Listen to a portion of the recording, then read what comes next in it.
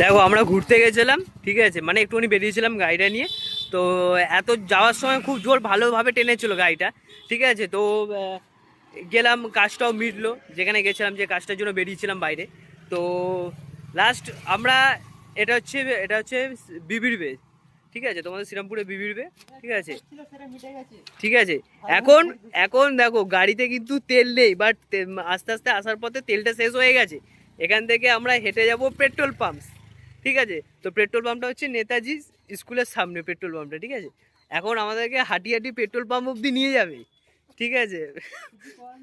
তো কি, মানে তোমরা কি বলতে চাও বলো এবার, মানে তোমরা কমেন্টে একটু জানাবে ভালো করে, ঠিক আছে, মানে এটার কমেন্ট কি হতে পারে।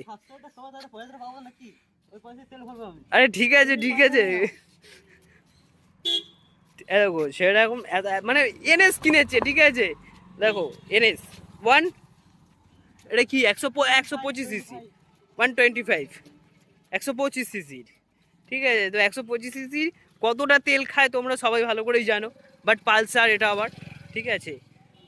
আর সামনে একটা কবরস্থান রয়েছে, ঠিক আছে। এখন যাবো আমরা একটা বন্ধুর বাড়িতে, ঠিক আছে। তারপরে এই যে গাড়িটা রেখে ওর কাছ থেকে গাড়িটা নিয়ে, ওর কাছ থেকে কি গাড়ি নিয়ে যাবি তো?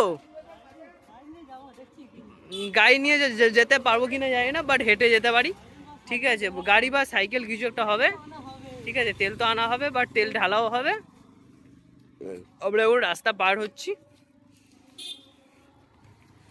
দেখো ছুটছে গাড়িটা নিয়ে, দেখো শরীরটা দেখো আর গাড়িটা দেখো, ঠিক আছে। এটা হচ্ছে কন্টেন্ট। গাড়ি মোটা, শরীর একদম বলাই যাবে না কিছু, ঠিক আছে। হ্যাঁ, 125 সিসি নিয়ে এই তুই এটা ভাই মার্সিডিজ কিনতে পারতিস, আমি সব থেকে বেশি আনন্দ পেতাম। ভাই একটা স্কুটিও যদি কিনতো তাহলে সব থেকে বেস্ট হতো, এই গাড়িটা হাঁটাতে হতো না। তো সুমন, আমার একটা বন্ধুকে ডাকতে চলে এসেছি। সুমন, সুমন, কিরে?